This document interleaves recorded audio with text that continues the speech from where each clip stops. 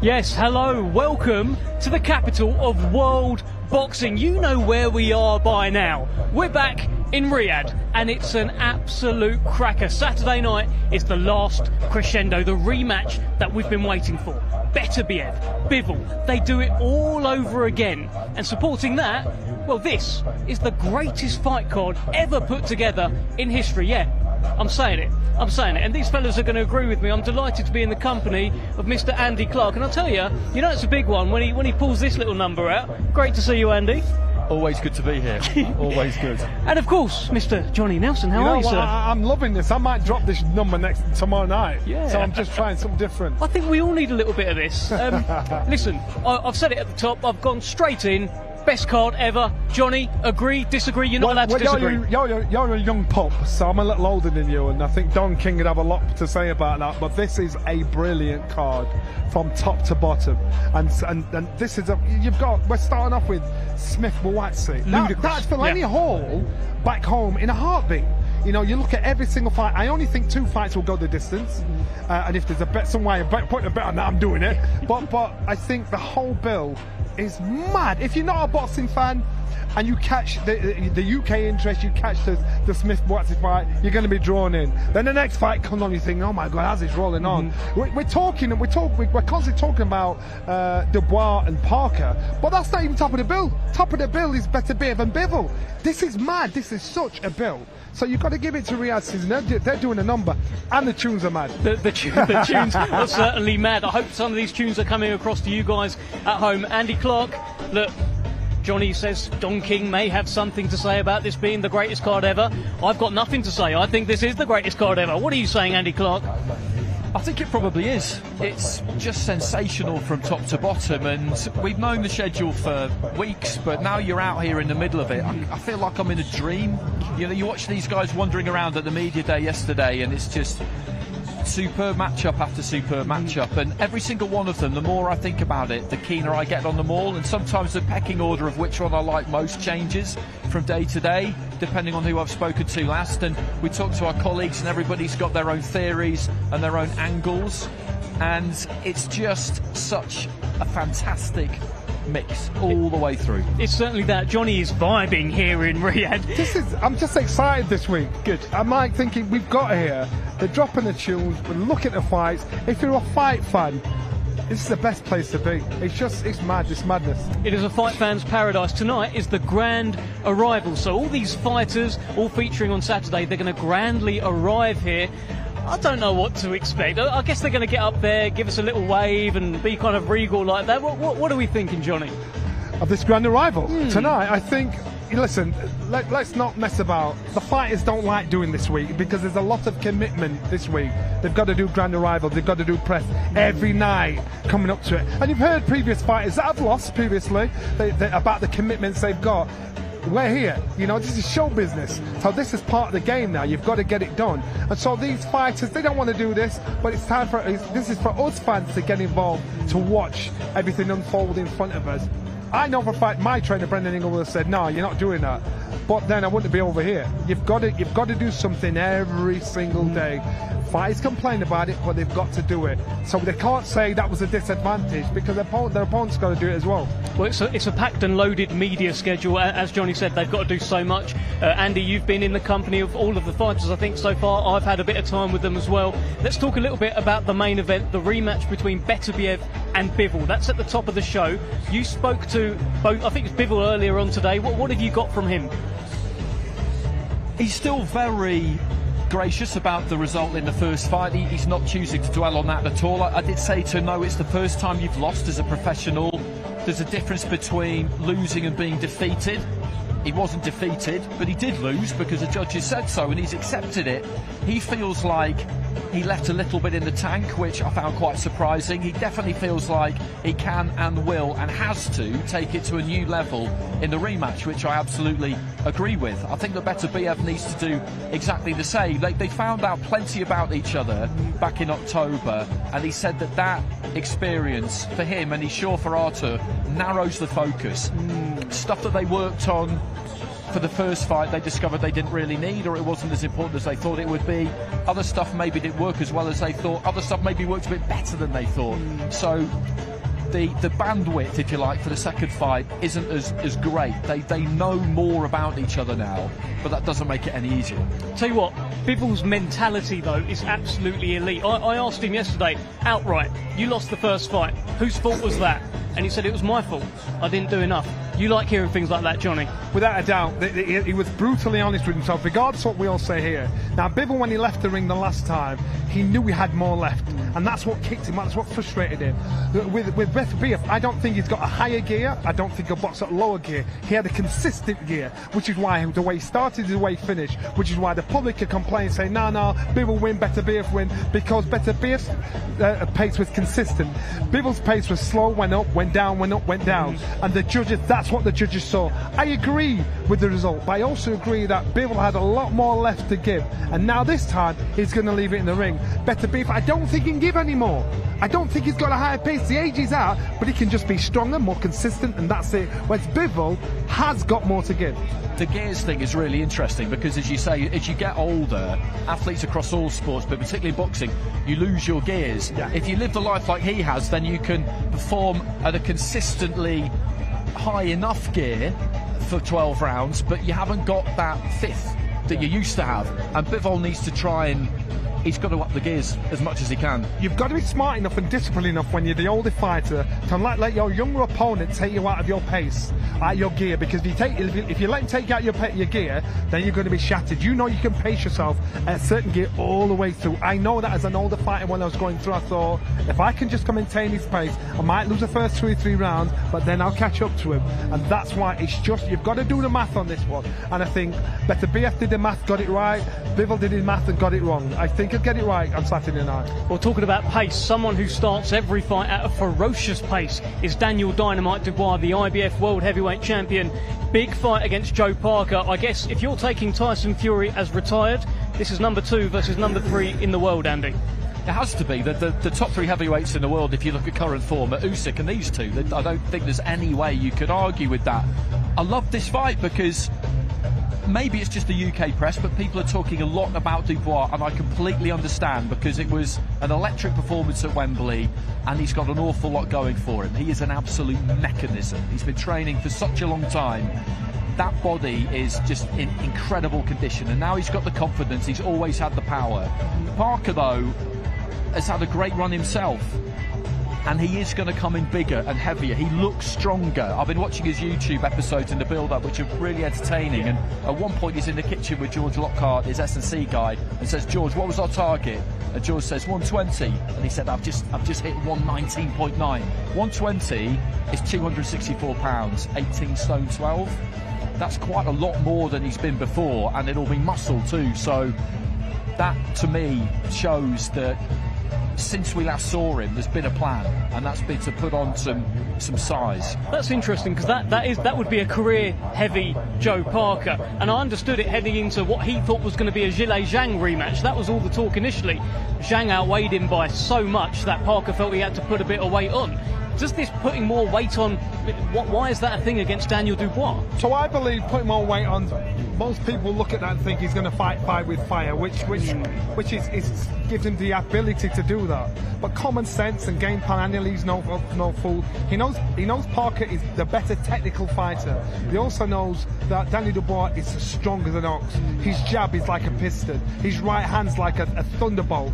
So he understands that he's going to be you look at how he manhandled Anthony Joshua in the last fight. So he knows that Parker's got to put some weight on to hold his own, even when he gets in tight, when it gets up close and personal, he's got to be able to hold his own. But if he's thinking, I'm going to go in there and fight with fire and have a gunfight, he's doing the worst thing he can ever do. He's got to fight his fight because he's the better technical fighter, and Dubois is a better fighter.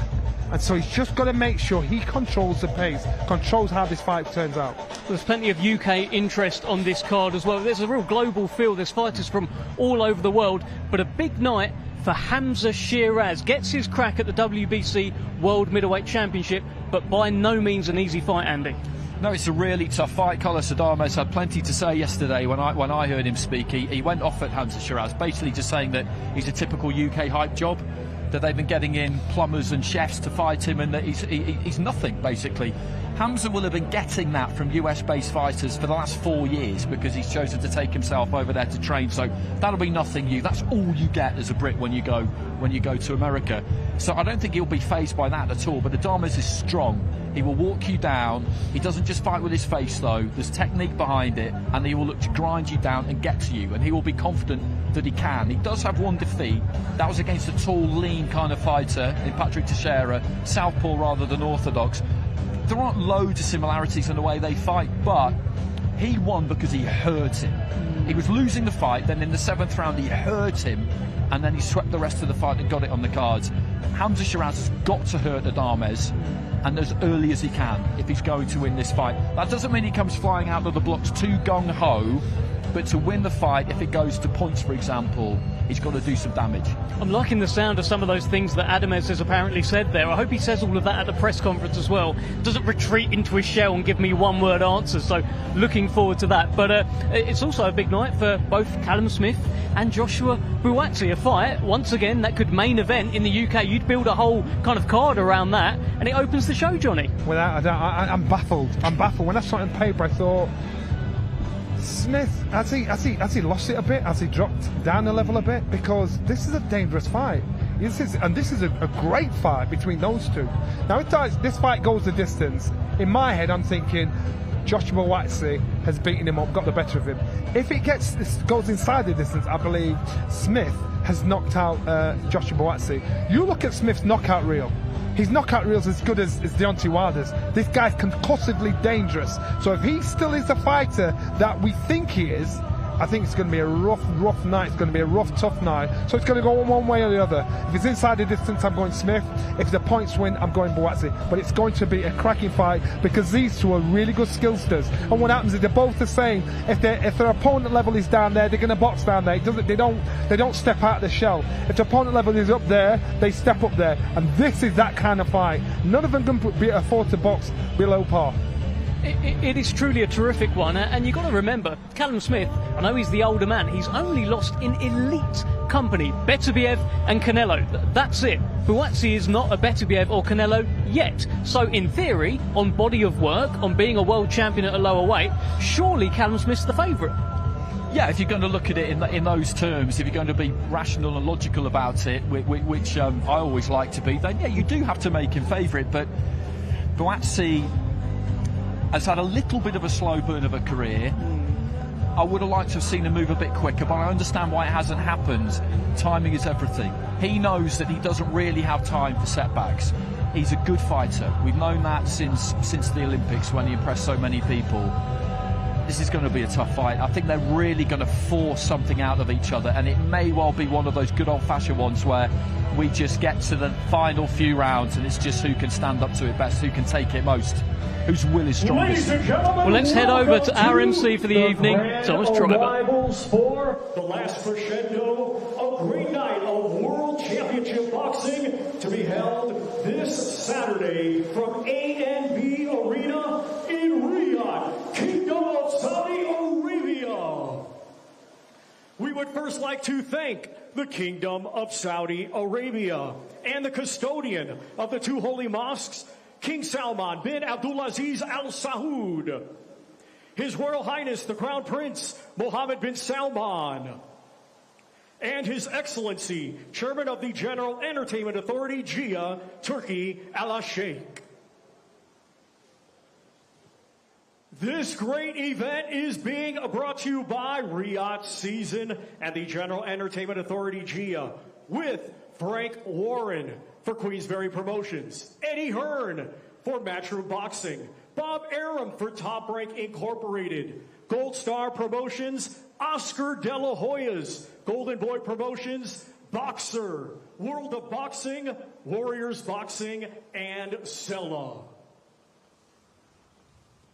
Along with their great sponsors, Saudi Tourism Authority, Saudi National Bank, STC, Dr. Suleiman El Habib Medical Group, Saudi Airlines, New Muraba Development Company, Taunia Hunger Station, Lucid Motors, and Al Tanfidi. A big thanks to those great sponsors. It will be shown worldwide and in the UK on DAZN and also in the UK on TNT Sports Box Office and Sky Sports Box Office. And now, boxing fans, let's get the grand arrivals started. Our first fighter competing Saturday in a scheduled 6-round welterweight contest. He is undefeated with 6 wins, 1 draw, 1 win, coming by way of knockout. He hails from right here, Riyadh, Kingdom of Saudi Arabia. Here is Ziyad Almaayouf.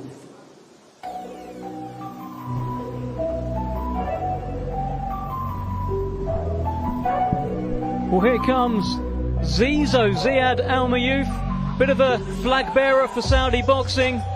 At the launch press conference a couple of months back, he gave an impassioned speech about how he wants to be the one who opens it up for all the other young Saudi boxers coming through. He said, never fear, Zizo is here.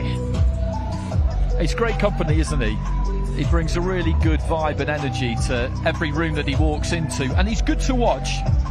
He's good to watch. There's plenty to be ironed out under Buddy McGirt. He loves to tear up a little bit too much, but what they do already know is that he has the minerals for this. This is definitely for him. He just needs to work on that technique, stay in that gym, hone it, finally tune it. And I think what Buddy will want to see is an incident-free performance, a dull performance from him for once. Well, it's coming off a draw, actually, so that the first kind of blemish on his record appeared last time, so he'll be looking to get back to winning ways on Saturday night. He's got that infectious personality, and I think we're going to hear from him now as he joins Chris Mannix for a quick interview. Well, Ziyad, welcome back to Saudi Arabia. A little bit chillier now than the last time we saw you here. How does it feel to be back? You know, a superhero returns, and when I'm in Saudi Arabia, I just feel like I'm a superhero. I can't wait to put my cape on and rise up to that occasion, rise up to the pressure again and again and again Saturday night. You took a draw your last time out here in Saudi Arabia. What did you learn from that experience? Not what I liked to happen, but exactly what I needed to happen. And we only find that out later on. You know, our biggest problem is when we try to find solutions for something that happened today, a month later. But I learned that to trust the process, I needed that draw. I needed what I'm going to pick up from it. And then we fix the problems and we go from there. But you will see a calmer, more composed Zizo, one that will represent the kingdom, one that will represent not only a city or a state, but a whole side of the world, in the Arab world, humbly and gratefully. And, you know, it's all thanks to the custodian of the 2 holy mosques, King Salman, and His Royal Highness the Crown Prince Mohammed bin Salman, for their vision in Vision 2030 that has inspired me and so many other like me, the youth and the talents, and also not the support of His Excellency Turki Al Sheikh, but his adoption, his complete adoption of me and supporting me and backing me, giving me the opportunity to shine and represent the kingdom. Appreciate it, Zizo. Good luck this week. Thank you, Chris. Guys.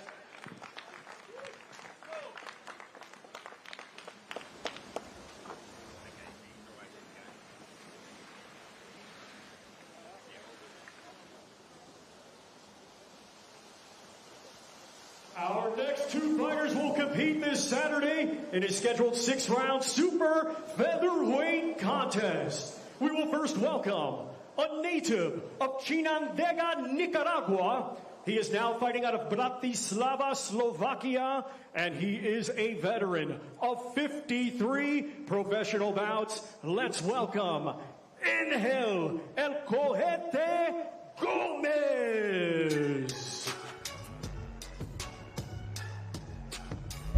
Well, here comes Angel Gomez, and one thing I particularly enjoy about these grand arrivals in fight week of a big Riyadh season show, journeyman circuit fighters, they get their moment in the sun. He's got his own ring walk, Angel Gomez. He's never seen anything like this ever before.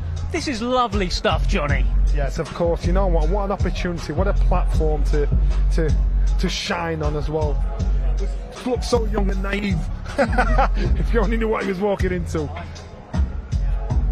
He can fight though. I've seen him plenty. Nicaraguan fighter based in Europe now. There are lots of those over the last few years, and he can bring it, and he definitely will bring it on Saturday, no question about that. But they're the backbone of the sport, these fighters, so it's great to see them on these cards get a chance. Well, he's been in with plenty of British fighters. Jermaine Lewayo, of course the nephew of Derek Chisora, Billy Boom Boom Adams, Cameron Vong, Royston Barney Smith, Zach Miller. He's certainly done the rounds and been in with plenty. And now he takes his little moment here. He'll be in action on Saturday night. Angel Gomez, great to see him. Let's head back over to Thomas Treiber.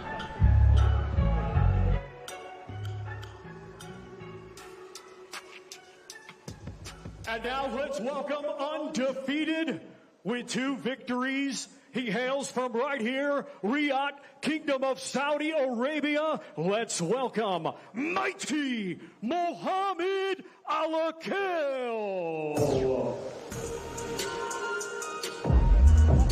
Well, Mohammed Alakel has had a terrific start to his professional career. He's unbeaten so far, but it's more about where he's been able to fight. He made his pro debut on the undercard of the first fight between Beterbiev and Bivol. His second fight was on the undercard of Fury Usyk 2, and his third fight is on the greatest show of all time. This is where you're seeing homegrown talent getting the opportunity to see what the big bright lights are about. And if you want to get, inspire other young homegrown talent to be in such a position, this is a platform to do it on. And I'm quite sure there's a lot of talent here, and this man here can lead the way. He's been up in Champs Camp with Joe Gallagher, of course. They recently had Roberto Duran in that gym, so that's pretty good company to be getting a bit of advice. It doesn't get much better than that, and there is talent here. There's talent everywhere. You just need to be able to unearth it, and with the investment in the Mike Tyson gym and the amateur program that they're creating here, there will be more fighters. We saw some on the midweek fight week last time out. Well, Mohammed, welcome back. What are you looking to show on Saturday night? I've worked so hard for this, and I'm a very skillful performance, hopefully. What kind of performance should we be looking for? How would you describe yourself to as a fighter to people who haven't seen you yet? I'm just going to outbox him and, just outbox him. Tremendous card that you're on here, deep from top to bottom. How does it feel to be part of a card like this? Yeah, I'm thankful and grateful. Everyone that made this possible, especially His Excellency, and I'm very honored. Appreciate it, Mohammed. Good luck. Thank you.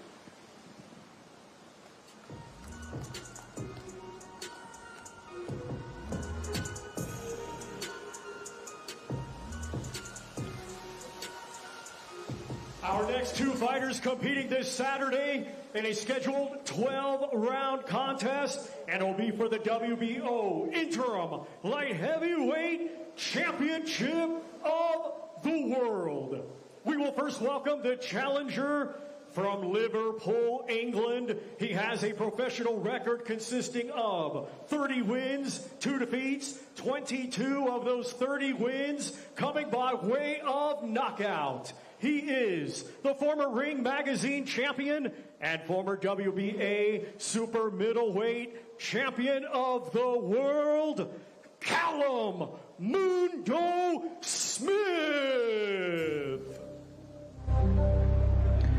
Well, his resume speaks for itself.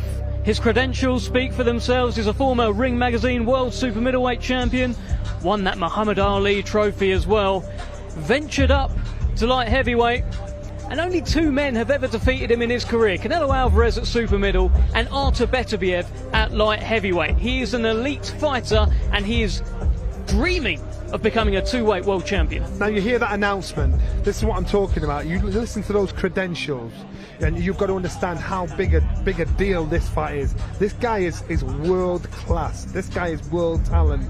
So that means we're saying he beats 98% of the fighters in the world thus far. So now this shows you the gravitas of this fight with him and Joshua Buatsi. Oh, absolutely that. It's one that's really got fight fans talking. WBO Interim Light Heavyweight Championship on the line. The winner joins that queue for Artur Beterbiev and Dmitry Bivol.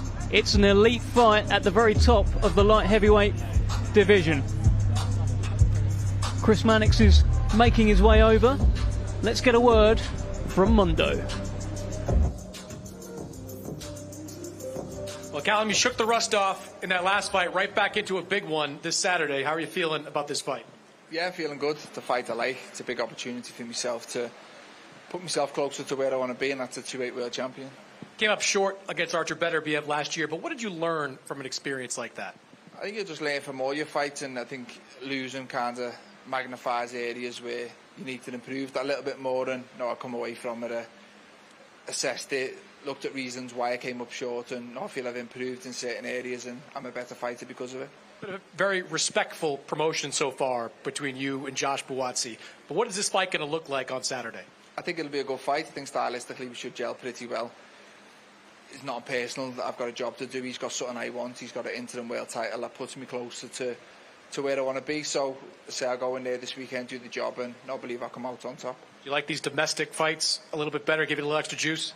Yeah, they're good. It obviously gets the public's imagination that little bit more with us both being from the same country. But regardless of who it is, it's not the opponent. It's what he's got and where I want to be. So yeah, it's a big opportunity for myself. Appreciate it, Callum. Good luck. Thank you.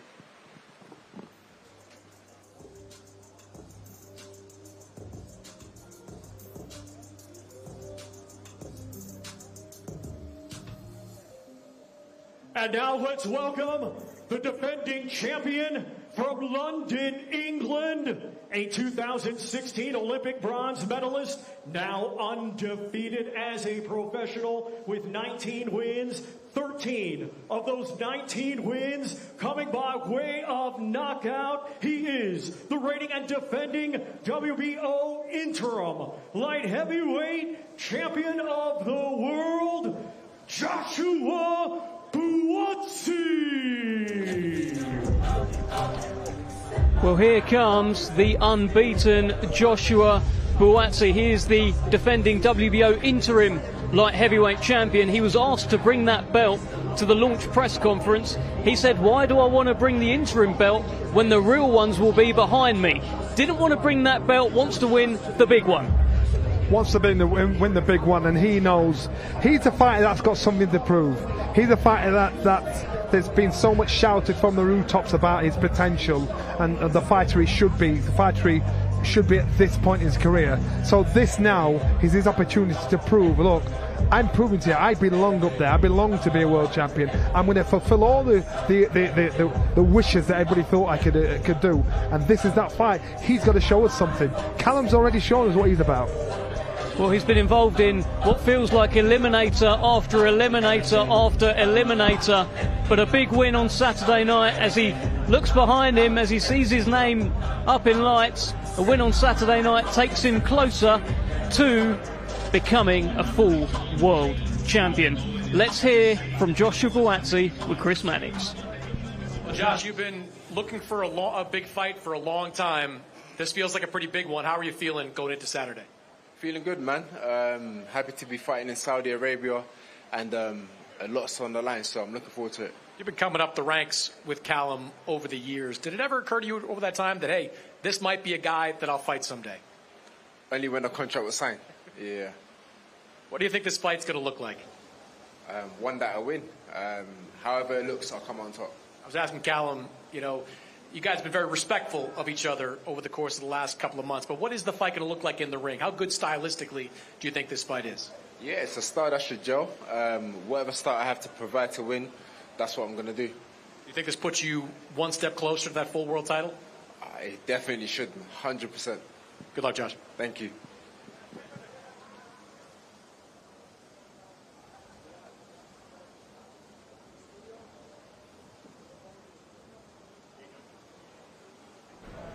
Well, he's just business, Joshua Buatsi, and Callum Smith is also just business. Both not really giving away much. There's been a lot of respect in the build-up here, but when that first bell rings, I'm expecting carnage, Johnny. I think their styles will fit like the perfectly fitting shoes. These guys, well, the distance will be there, the styles will gel perfectly, and that's why I think if you want to understand the sport of boxing, it will be one of those technical matches that can set a fire in a heartbeat because of their styles. Why has it taken so long for Joshua Buatsi to become a world champion? And he's not there yet. He's getting closer and closer. But his contemporaries from around the 2016 team, Akoli, he's done it. Cordina, he's done it. Buatsi hasn't got there yet. It's been a combination of things, and it will have been frustrating for him because he took his time turning pro, for one. He had a degree to finish. He had funding still with the English Institute of Sport, with the GB squad. So he turned pro about a year after Rio, so that was one reason. I think he boxed pretty regularly to start with, but he's had periods where he hasn't been able to get the fights that he wanted to have. He's had these two guys, Beterbiev and Bivol, dominating the division. He had a promotional dispute which kept him out for a while. Then when he came back, he wanted to go back in kind of softly. I wasn't too keen on that myself. I thought we needed to see a bit more from him against Pavel Stepien, for example, but he's where he is now. And Aziz and then Hutchinson and now this, it will put him in the place that he wants to be in. So it's happening at the right time for him. It needed to happen now, but it is happening now. He's still undefeated. He still absolutely believes in himself. He's very polite, Josh, but he's laser focused, as is the man about to join us now. Well, we're going to speak to Callum Smith, who is coming in for a quick chat. Okay. Getting close, right here. How are you, Callum? Good to meet you. Very good. Listen, all the talk has been, this has all been very, very respectful, but I just said to Johnny, yeah, it's all nice. When that first bell rings, this will be carnage, right? Yeah, I think throughout my career, and I think Josh probably similar. I've never been one to need any bad blood to get in and do my job. I've always been quite good at switching on, and I'm very laid back and quiet outside the ring, but I can be pretty spiteful when I get in there, and I don't need to dislike my opponent in order to do that. So I've got a lot of respect for Josh. I rate him as a fighter. I think he's a good fighter, but I just believe I'm better, and we'll see Saturday night. Is he someone you've had an eye on for a while, knowing that you know you're going to go up to light heavy eventually at some point? His career's been there. Yeah, but not really, to be honest with you. Because when I moved up to light heavyweight, he was still early on in his career, and as a former world champion, I was looking at the world champions, and he wasn't quite there yet. And the only way our paths were going to cross was if I was to lose, and I didn't really like the idea of losing, but I did. I lost, and in the meantime he's won interim world title, so he's now got something that I need. So boxing swings and things happen, but yeah, he was never really in my sight. I always felt like he was behind me, but now he's slightly ahead of me, and I need him now to push on and get closer to where I want to be. So we've got two technically good fighters here, as we know, and pretty well matched, I would say, in terms of skill level. I was just speculating before you came up and kind of hoping, because it's great for us to watch, it'll be tough for you to be in it, that this could come down to who has got the stronger will down the stretch, just something as basic as that, because when you've got a well-matched fight, that's often what it is. Yeah, I think it is a well-matched fight. I think the fact that, as I said, we haven't bad-mouthed each other, we haven't constantly called each other out, and yeah, it's landed on this show, shows that it's a good, evenly matched fight that people want to see. And stylistically, I don't think either of us are spoilers or awkward. I think we should gel pretty well, and it should be an exciting one for you. Maybe not as exciting for us to have it in there, but I just think however way the fight pans out, I believe I've got the answers to come out on top. Best of luck to you, Callum Smith. Thank you very much. Let's head back over to Thomas Trotter. Championship of the world. We will first welcome, coming to us from Bochum, Germany. He brings an undefeated record with 25 wins, 17 of those 25 wins coming by way of knockout. He is the undefeated former two-time EBU European champion and the #1 ranked contender by the WBC. Here is Akit Kabayel.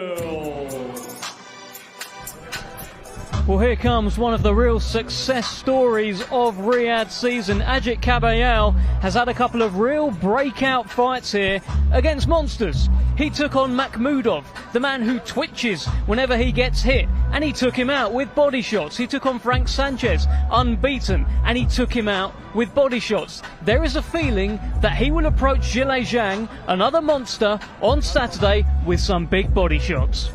He's a really good story, Agit, as well, because he was drifting. His career was absolutely drifting. He won the European title in 2017, beating Derek Chisora, and then just couldn't get the fights he wanted. Won it again in 2023, and he would have been wondering if he was ever going to get his chance. So I asked him yesterday, were the times where he felt like quitting? Because boxing had kind of disappeared in Germany at that point as a major TV force. It just wasn't the sport in the mainstream public that it had been in years gone by, and he said no, of course not, but I bet there were.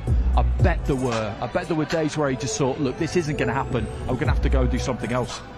Well, he's a super humble guy. I'm not expecting any trash talk. Let's hear from him. Well, again, we have not seen you back here since you beat Frank Sanchez last May. How does it feel to be back in Riyadh and back in the ring? Yeah, I'm happy that I'm here, you know. I'm ready for the next challenge. Let's go.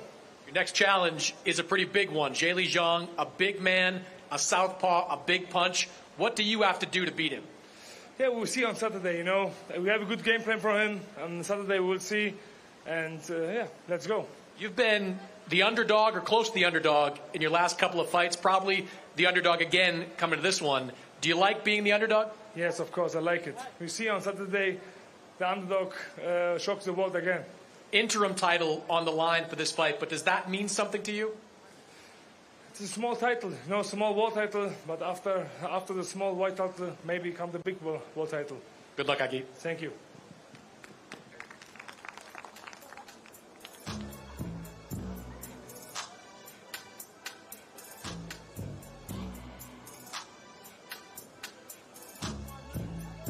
And now let's welcome, fighting out of Bloomfield, New Jersey, USA, by way of Shenzhou, China, a 2008 Olympic silver medalist, now has a professional record consisting of 27 wins, 2 defeats, 1 draw, 22 of those 27 wins coming by way of knockout. He is the former WBO interim world champion and the #2 ranked contender by the WBC. Here is Ziyad Big Bang Zhang.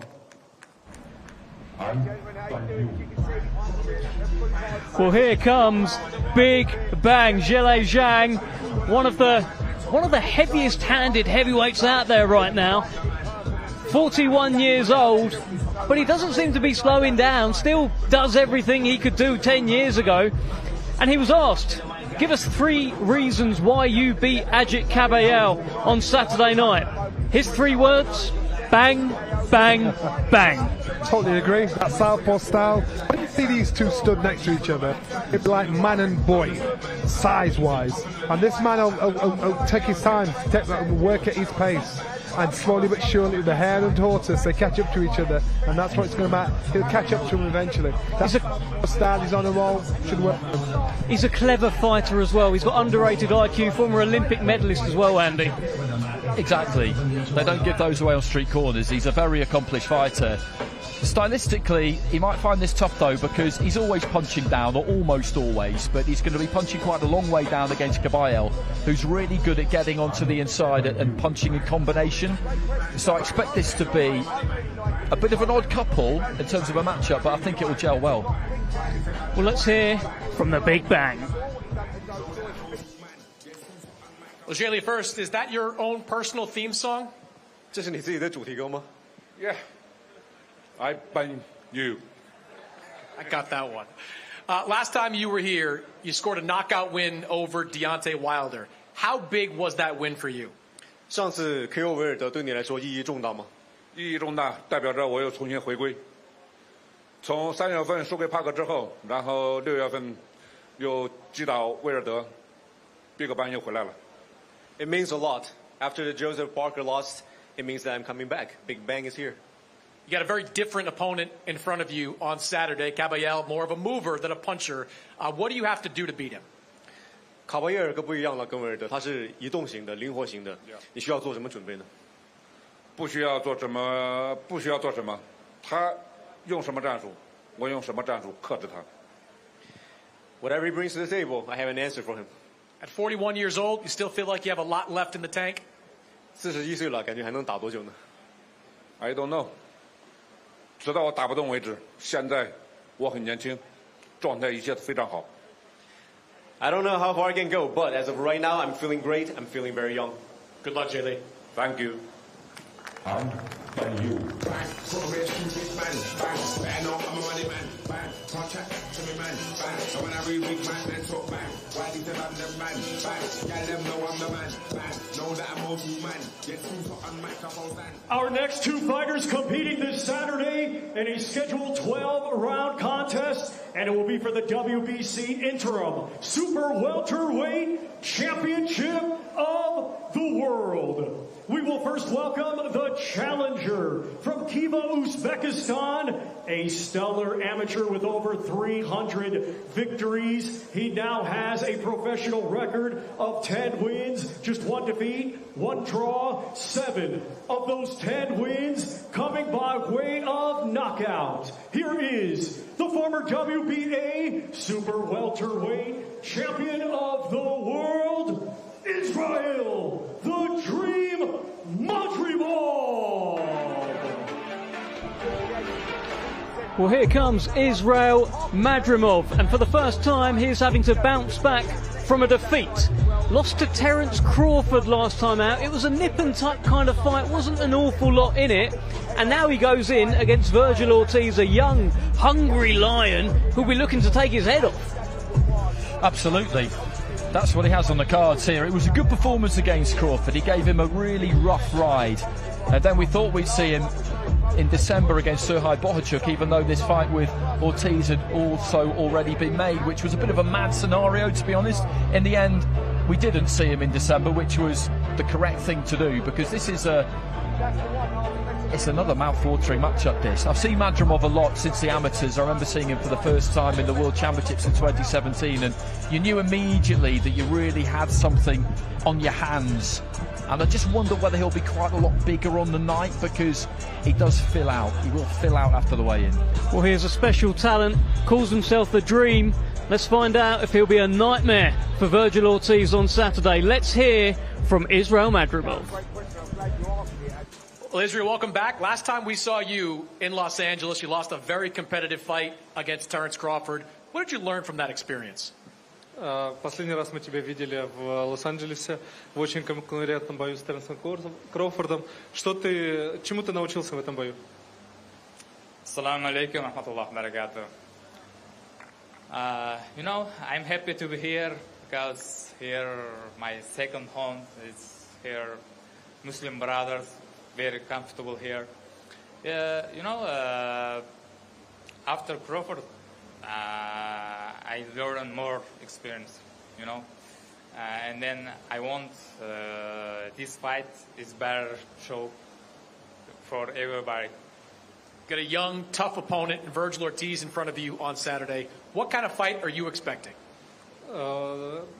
Против тебя будет молодой, очень агрессивный боец. Что нам ожидать в субботу? Какого вида боя? Yeah, it's top fighter because we are going this challenge, you know, after Crawford, big challenge. I have the plan, inshallah, for Saturday. Inshallah, show plan when in the ring. You lost that title to Crawford, your world title. How important is it for you to get a world title back? Ты потерял свой титул в бою с Кроуфордом. Насколько важно для тебя вернуть снова титул чемпиона мира? Конечно, это важно. Ну, я думаю, я достойно бой проводил против Кроуфорда, и много болельщиков знал про меня. Well, I think, yeah, it's important to get the title again for me, but at the same time, you know, I show myself with the Crawford fight, and many fans knows about me after that. So maybe it's also important for me. Good luck, Israel. Thank you so much.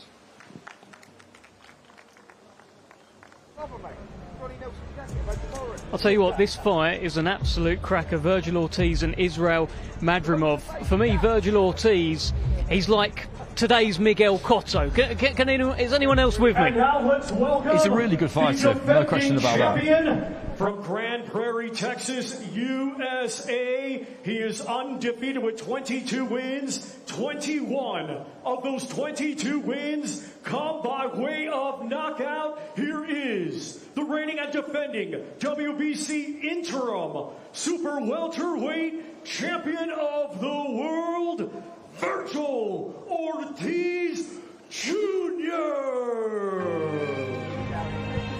Well, Virgil Ortiz, one of the most entertaining TV fighters, fan-friendly fighters out there at the moment. Fight number 23 for him, coming off a brilliant Fight of the Year contender with Sergey Boachuk. That was a cracker, wasn't it? If we get half the entertainment we got in that fight, we're in for something special.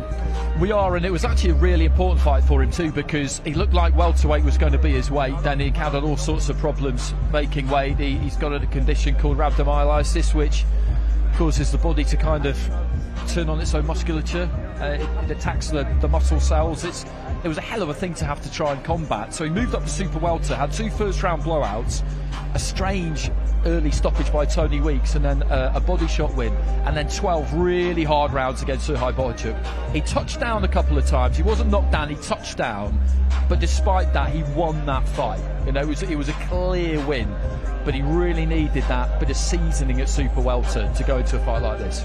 And also, just like Artur Beterbiev, he heads into a fight for the first time having not knocked out his last opponent. He had knocked out absolutely everyone on his CV, and now he knows people are mortal when they meet his power.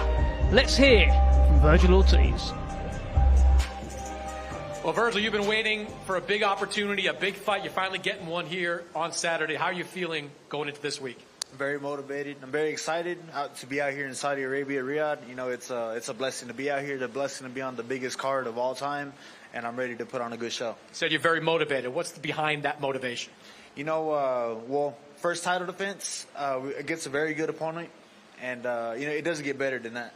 Got a few fights now at this weight class, 154. Has that made a difference? Do you feel settled at this weight? I feel good. I feel really good at this weight class, and you know, I'm willing to stay here for a long time. If an opportunity comes up at 160, we'll take it too.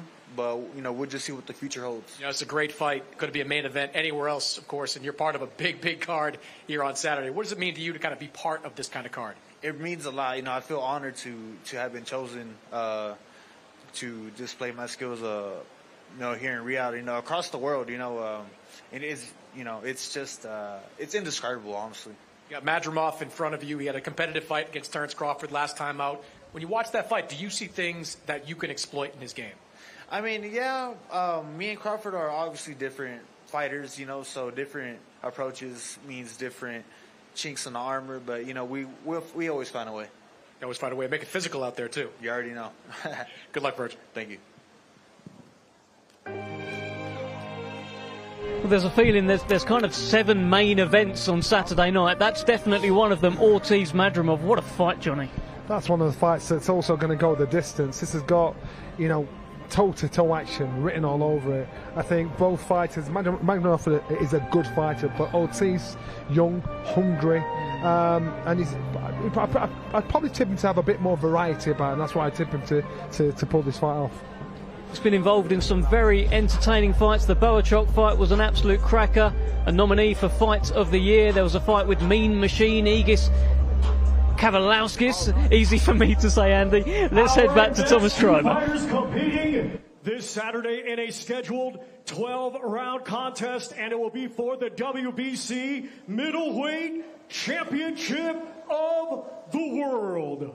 Let's first welcome the challenger from Ilford, Essex, England. He brings an undefeated record with 21 wins, 17 of those 21 wins coming by way of knockout. He is the undefeated former EBU European, Commonwealth, and WBC silver champion, and the #1 ranked contender by the WBC. Here is Hamzah Sheeraz.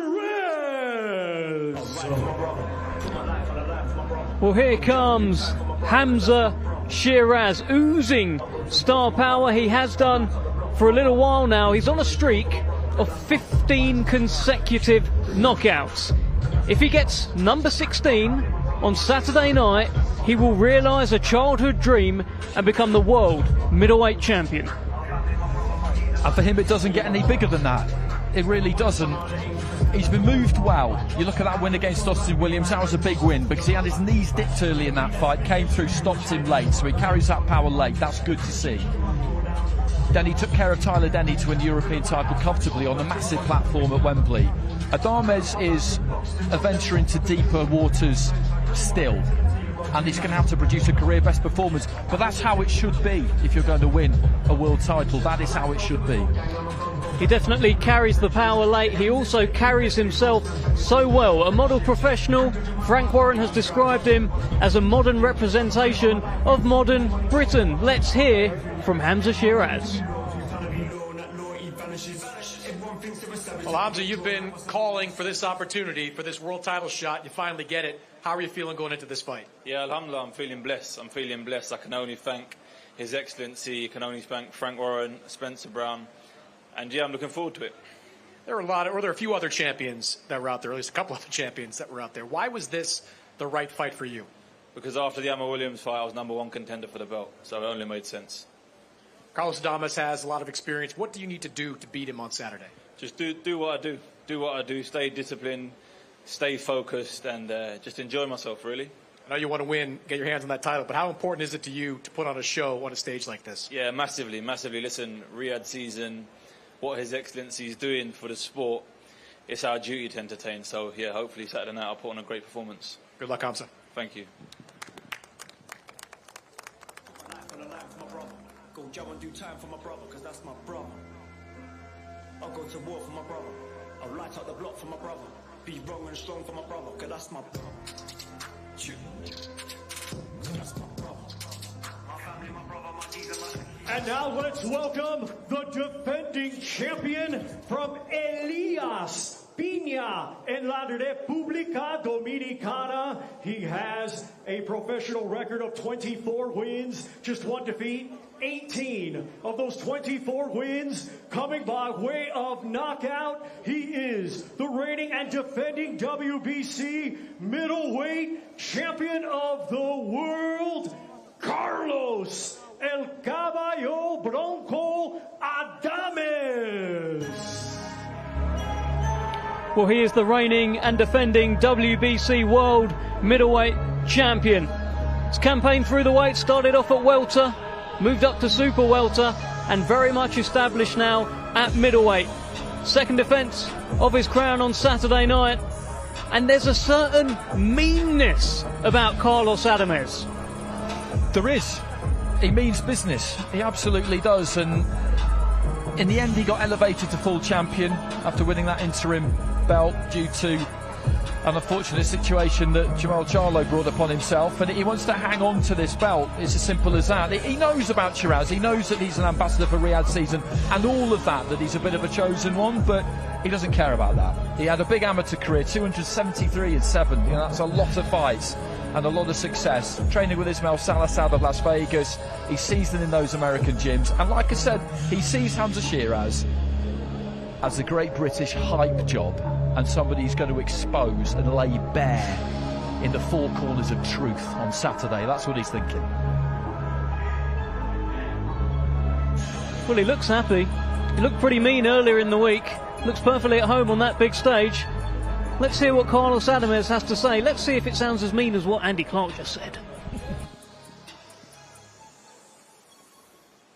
Well, Carlos, your first Riyadh season experience, how has it been going for you out here?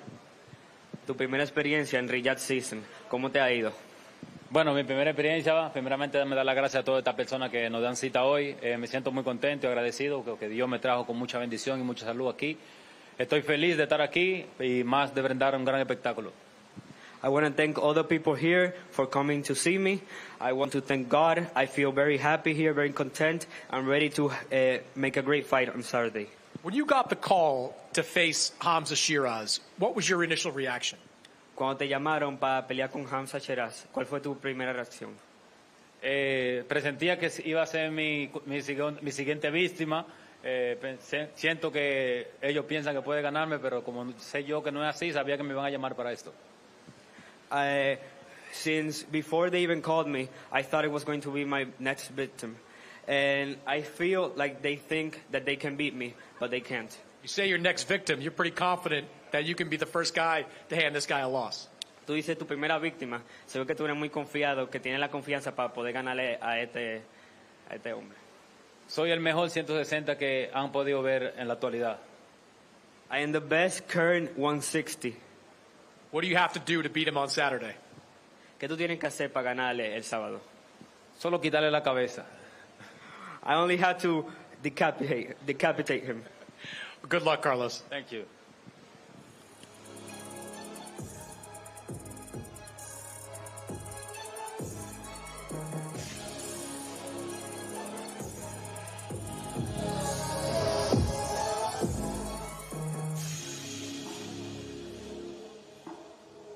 Ladies and gentlemen, it will be a battle of the undefeated 12 rounds scheduled for the WBC Lightweight Championship of the World. It will be the challenger, Floyd Kid Austin Schofield, challenging the defending champion from Brick City, Newark, New Jersey, USA. A 2016 Olympic silver medalist, now undefeated as a professional with 22 wins. 10 of his 22 wins coming by way of knockout. He is a three-weight world champion and the reigning and defending WBC lightweight champion of the world. Here is Shakur Stevenson. Well, Shakur Stevenson, generally regarded as one of the best pound-for-pound fighters in the world today, is a three-weight world champion, and he's got the task of taking on a younger man this time, a hungry guy this time. It's not him facing the older guy trying to dethrone. He's got someone coming after him, Johnny. He has. Stevenson's coming with quite an entourage that down below us here and walking in behind. This guy's come to put on a show. And again, everybody's going to try and steal the show on Saturday night. I do believe this man has the ability to do that. He's certainly got all the ability. Olympic silver medalist as well, and he's done it all, really. He has, and he's somebody who does things his way on his terms. He's a breed of the new generation of fighter, if you like, who knows their worth and is determined to make sure they secure it for each and every fight. He works with people, not for people. It's that kind of blueprint that Mayweather set out that the likes of him and Devin Haney and Gervonta Davis have looked to follow. I do think we really need to see something from him, though. All over the U.S. Now you get your first fight here in Saudi Arabia. How are you feeling about this experience? I'm ready. I'm ready to capture the moment. I'm focused. I put in a great training camp, and it's my time. Last year was a tough year for you. Just one fight, had the hand injury. How eager are you to get your career back on track? I'm ready to show the world that I'm a superstar. I think I'm one of the best fighters in the sport of boxing. The world will know February 22nd. What do you think people can expect on Saturday? You said what? What do you think people can expect on Saturday? They can expect the best fighter to show out. That's what I'm going to do. Good luck, Shakur. Got you.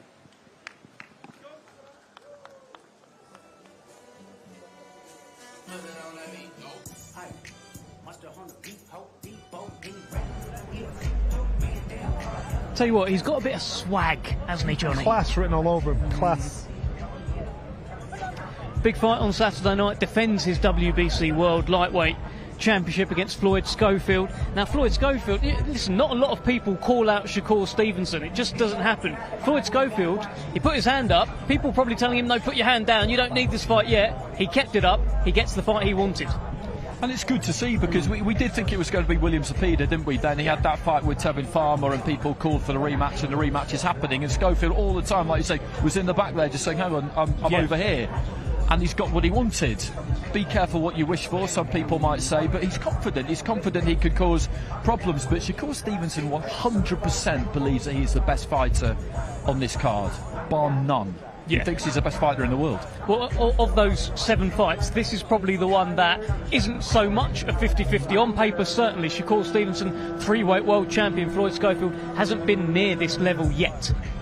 Without a doubt, and I think we'll have a chance to see with our very own eyes how good Stevenson is. You know, I've watched many of his fights.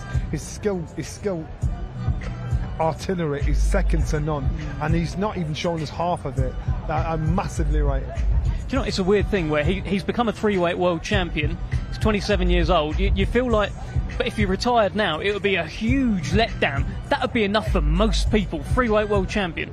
Yeah, that says it all, really, that we still feel like we need to see more, even though he's achieved what he's achieved.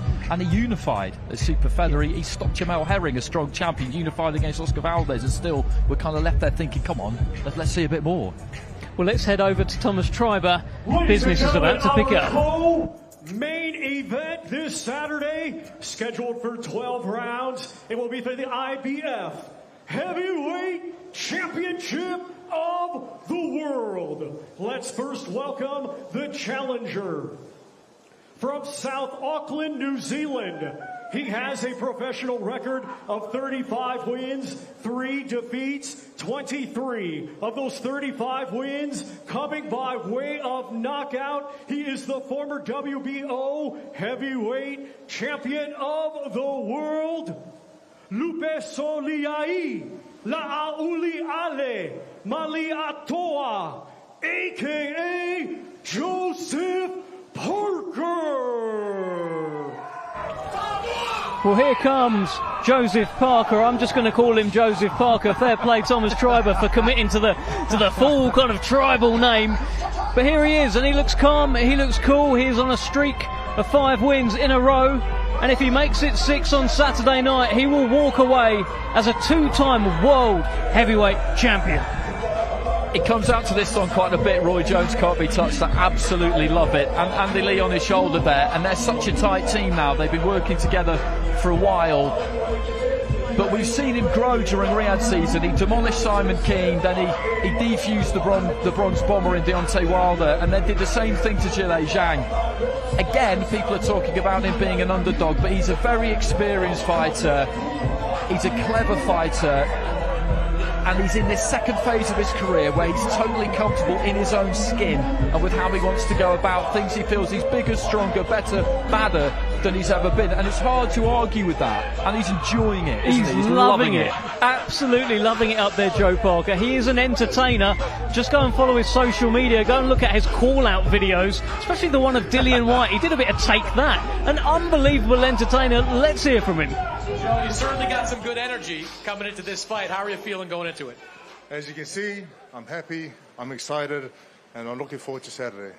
You know, you've had a real turnaround over the last couple of years since that loss to Joe Joyce. What are the biggest differences in you since that defeat? Listening to Andy, listening to George, and applying what I've been learning in camp and in training in the ring.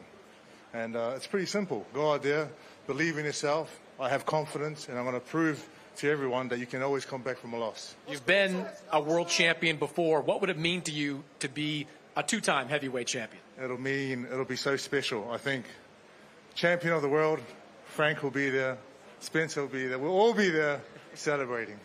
You're fighting a guy that has a lot of momentum too, in Daniel Dubois. What do you have to do to win this fight?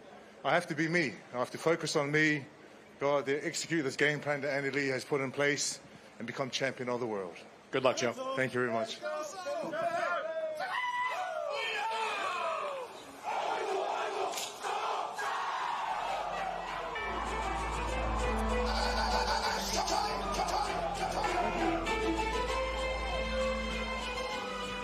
And now welcome the defending champion from Greenwich, London, England. His professional record consists of 22 wins, just 1 defeat. 21 of his 22 wins coming by way of knockout. He is the hard-hitting, reigning, and defending IBF heavyweight champion of the world, Triple D, Daniel Dynamite Dubois.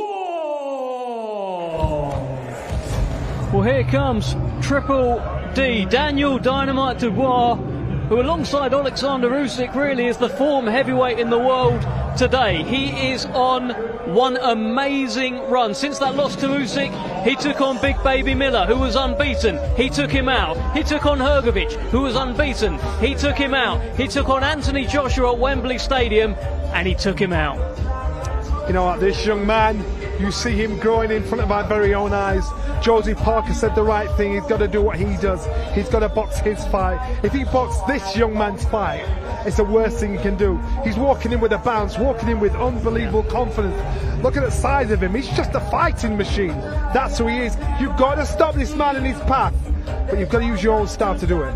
Well, it's going to take an awful lot to stop Daniel Dubois right now, coming off that brilliant win at Wembley Stadium. Really, that could be the top of anyone's career. 96,000 people against AJ, and he was a man possessed, a man on a mission that night. If he is on a similar mission on Saturday, he will regain his bite. Daniel, Joe had a lot of confidence as he took to the stage right here. What's your confidence level right now coming into this fight?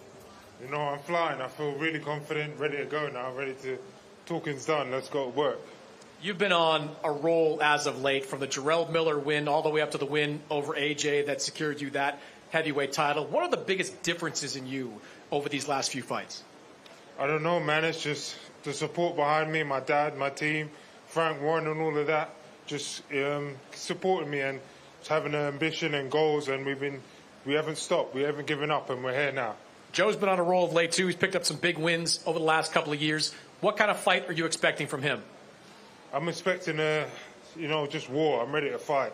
You know, whatever happens, I'm ready to go through him and, put him to sleep. Go for the next one. I'm hungry. You got a lot of knockouts over a lot of good guys over the last year or so. You think you can knock Joseph Parker out? I'm not making no predictions, but I'm ready to fight. Good luck, Daniel. Thank you.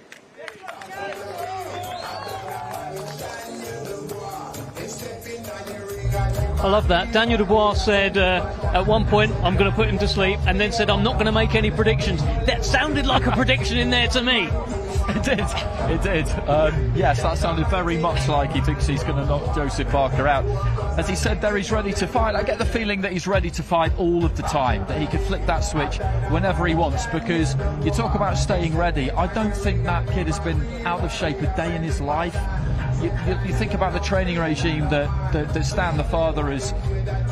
I mean, he's wanted to do it, but has put him through since he was a young boy, and this is all he's ever really known. And now that he's found his self-belief, Johnny, and he knows that he can do it, he has done it, he's so dangerous, because that's all that was really missing. You can tell how he's walking, how he's talking, how he's got a bounce in his step. Again, his career's moving in the right direction. This young man he's the boy's turned into a man. He's grown up all of a sudden. And yeah, he says he's not making any predictions, but you just know what he's capable. Once somebody believes in themselves, once they get rid of all the naysayers and they stay focused on it, once you believe in yourself, nobody can break that spirit. And I see the spirit in him right there. It's an unbelievable spirit. It looks like an unbreakable spirit. A couple of things. He was asked, Daniel, what are like your hobbies outside of boxing? What'd you get up to? He just said, I'm just a boxer. I just like boxing. He was asked, what's your favourite movie? What could you watch over and over again? He said, I can't think of any. All he cares about is fighting. You know what? His first love is fighting, boxing. So the problem will be when he meets somebody. So how can he handle that? He's a young man. Yeah. So that's going to problem. So as long as that's his first love and he keeps that tight circle around him and keeps that focus, he'll do well. He's got this team now with Don Charles. They seem to have found something. They didn't have much time to prepare for Usyk. That was their first fight together. Still had success in that fight. But this relationship, it's quite brilliant. It works, and he talks a lot about his dad and how he needs his dad, and I don't think it's a coincidence that he's ended up with a trainer who's about the same age, because it will get that similar kind of vibe from him. It'll be that respect that you have for somebody that bit older. I think that's the sort of relationship he needs to have with his trainer. I think it just kind of works for him, and Don is really, really experienced. And I just remember that fight in Poland against Usyk where he went down and he looked like he was going to stay down, and he got back up and he went back to the corner, and Don just said to him, I saw that, don't do that, don't do it. And I know in the next round he went down and he did stay out on the knee, but that for me was progress, and it showed that bravery can be improved upon. It can be taught to an extent. People talk about things you either have or you don't have in sport, and they'll say that guts and all that stuff is one of them. I've never believed that. I think that you can improve on it, and Don has got himself to believe that when it gets hard, you can get through it. Yeah, it's not bravery, it's belief. Believing that you've got something more to give. And the easiest thing to do is give up. The easiest thing to look on the dark side. The hardest thing is actually to have the courage to say, I can actually do this. You know, and that's just all. That's what it is. Well, Joe Parker says he's going to break his heart. He says that when he gets too much pressure, he'll revert to type. He's basically saying he's going to make Daniel Dubois quit in there. Where are we on this? Joseph Parker's got to say anything and everything to try and get inside that head of Daniel Dubois, because you couldn't quite class. If you can get inside his head, you've got him. I think it just bounces off. I think Daniel Dubois has been through enough in his career to actually think, no matter what anybody says, you know, it's not going to happen. Can you imagine all the people, all of us, that expected Anthony Joshua to do a job on him? So you've got to be mentally strong enough to ignore that kind of talk, and that's what it's been now. Both guys are stood there now with all the press side by side. There's no bad blood. There's no dislike, there's no disdain between them, because they just want to fight. Joseph Parker is a nice guy, he's a cool guy. You know what? Daniel Dubois just wants to fight. He doesn't have to dislike you, he just wants to knock you out. Yeah, I think we saw that nice guy element when they did that sit-down face-off, and they ended up just saying, shut up. No, you shut up. No, you shut up. It's not the most intense face-off that I've seen. I saw something today that Ring Magazine did with them as well, where they didn't really say much to each other. I think Joe said, what's up, Dan? And Dan just sort of ignored him as well. They're just here to fight.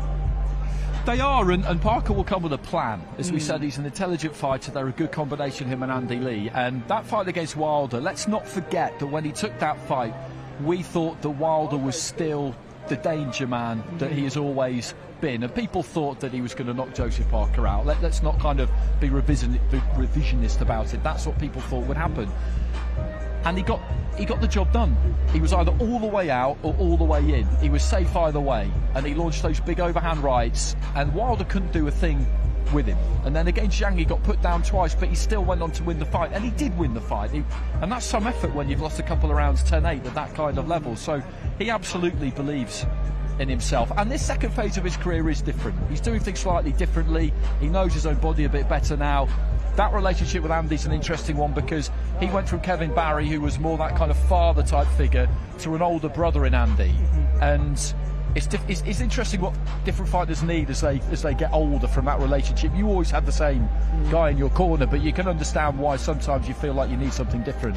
Yeah. Some fighters, they grow with change. Some fighters, you know, you need someone in your corner that you actually believe in 100%. And once you've lost that belief in your corner, man, it doesn't matter what happens. You've got to make the change. And I think that change for Joseph Parker shows in this part of his career. Because I think that win against Zhilei Zhang was a good win. He had to chop the tree down, get put down. He had to get in there and try and pickpocket him. And so at time he was in the danger zone, and he took risks that most people probably wouldn't take. So again, you can see it's about self-belief, growth, and believing in the people you're working with. So, after Fury Usyk 2, Daniel Dubois got in the ring, grabbed the mic, and told Usyk, I want you, I want my revenge, whilst having a fight scheduled with Joe Parker. That has been one of the stories heading into this fight. Is Daniel Dubois overlooking Joe Parker? What are we thinking? Let's get it right. You know, that's not Daniel Dubois. Daniel Dubois will do what he does his told. Now, I believe his promoter, Frank Warner, would have nudged him, get up there, come on, make them see you, let them know that you're interested in a fight. And Daniel would have just got on with it. If it's down to Daniel to stay where he was, yeah, you know, he doesn't need to do that. But he's just put himself in that path Will that fight happen? Can that fight happen? I know Usyk's saying he's got 2 more fights left in his career. He says he wants the winner. It's on the table. It's on the table, but I think Usyk will pick what's best for him. And if Daniel Dubois is in that lineup, that's what he'll pick. But you've got to remember this: Usyk, whoever he's boxed once, boxed twice. The second time has always been easier than the first time, because once he's downloaded that blueprint of that fighter, he's got the number. Anthony Joshua, Tyson Fury, he'll do exactly the same with Daniel Dubois. It doesn't matter how much the kid's grown, because Usyk has shown that the guy's like a human computer. He's got his number. That's a fascinating way of putting it. But I guess, look, is it an overlooking? Is it him being nudged, or is it a point to perhaps more media savvy, commercially savvy Daniel Dubois? Let's not forget, he was also calling out Jake Paul not so long ago after the Mike Tyson fight. Someone's probably telling him to do it, but he's getting in that kind of frame. He's getting in these conversations which get him more press, more attention. He is, and he genuinely really does want to fight Usyk again. There's no question about that. And probably Jake Paul too. But I think with Dubois, his kind of mental makeup, his psychological makeup, I think he's a very linear thinker. The next thing is the next thing and the only thing in his brain. So I don't think he's really got it in him to be able to overlook someone. I think he's quite locked off, and you say to him, the next thing we're doing is this, and that is what he'll think about, and nothing else, until you almost tell him to think about something else. It is an absolutely fascinating fight. Let's head back to Thomas Driver. Anticipated main event is a rematch scheduled for 12 rounds, and it'll be for the undisputed light heavyweight championship of the world. Let's first welcome the challenger. His professional record, 23 wins, just 1 defeat, 12 wins, coming by way of knockout. He is the former unified light heavyweight champion of the world, Dmitry Bivol. Well, this will be the first time since 2017 that Dmitry Bivol goes into a fight and he isn't a world champion. This is a new experience. The first time he goes into a fight having suffered a defeat. What will we see from this version of Dmitry Bivol? I asked him today, actually, is it different training for a fight off the back of a defeat? And he basically just said no. He just said no, it's not a nice feeling. He didn't enjoy it, but he understands that it happens. But for him, the mindset, the focus, the discipline, the professionalism, the motivation is always exactly where it's been previously. I don't quite believe that. I think there will be more, because he wants to get revenge. He admits that he wants to get revenge, and he wants the title of Undisputed. He was very, very close in the first fight. It was a razor-thin decision. Razor-thin. Well, it was certainly close the first time. He was also the first man to extend Artur Beterbiev the distance. Let's hear from the challenger, Dmitry Bivol. Well, Dmitry, we're back here in Saudi Arabia. The first fight was very tough between you two guys. How many times did you watch that fight back? Around 3-4 times. What did you see when you watched it? I saw good moments and bad moments. It was incredibly competitive between you two guys. What do you have to do differently this time to get a win? I just need to be better in all positions. I need to be faster. I need to be harder, smarter, everything better. What did you learn from going 12 rounds with Artur Beterbiev the first time? Not too much learned, but I learned about myself that I don't like to lose, and I need to push myself harder. What does that look like? What does pushing yourself harder look like on Saturday? It means more punches and more endurance. Good luck, Dmitry. Yeah, thank you.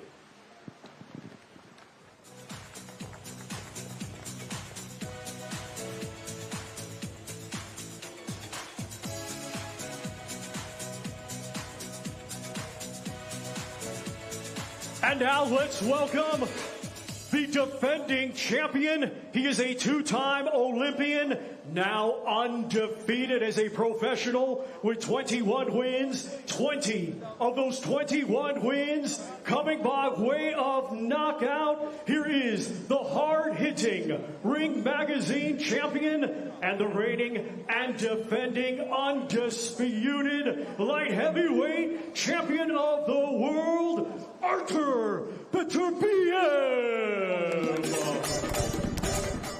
Well, here is the undefeated, undisputed world light heavyweight champion who says that he's not a good boxer. I think he's pretty good, Johnny. What do you think? I think the devil's in the detail. That's what he says, but he is a very good fighter. And he'll draw the fighter out in you. He'll take you away from your game plan. That's what he's very good at doing. And you try and match him, you won't match him. He'll get the better of you. And Bivol has just said, you know what, I didn't learn anything about him. I learned a lot about myself, how I failed myself, what I should have done, I should have tried harder. You know, Bivol's a world-class fighter. That was #2 in the world officially right now. Now you're looking at #1 in the world. This guy knows what he's about. He knows what he's capable of doing. And he's a great thinking fighter. Well, he's been a world champion since 2017, won that IBF belt, and then went belt collecting. Picked up the WBC from Alexander Gvozdyk, picked up the WBO from Joe Smith Jr., and in October last year took on the WBA champ Dmitry Bivol, and after 12 hard-fought close rounds, picked up his belt too. He's got them all. Look at that picture behind him. What a fighter, Andy.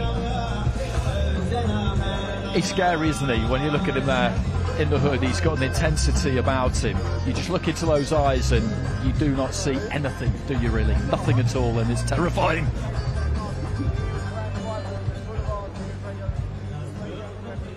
Just 133 days between these two fights. How do you feel going into this rematch? Not bad. Not bad. What did you learn from the first fight against Dmitry? You know, we learned some different things, like, you know, what we need to prove, what we need to correct, like, you know. We did some stuff about these things. We'll see. You know, after the first fight, your trainer, Mark Ramsey, said, great job, but you can be better. You said you can be better. In what ways can you be better in this rematch? There is many things, aspects I can prove myself, I think so. We'll see. Are you expecting him to fight differently this time? Yeah, I think they have some different strategy or something, yeah. You just turned 40 years old, but you seem to get better as you get a little bit older. How do you explain that? I think it's because it's experience, and, you know, to be in good shape a long time, I think it's helping for your body too. Good luck, Artur. Thank you.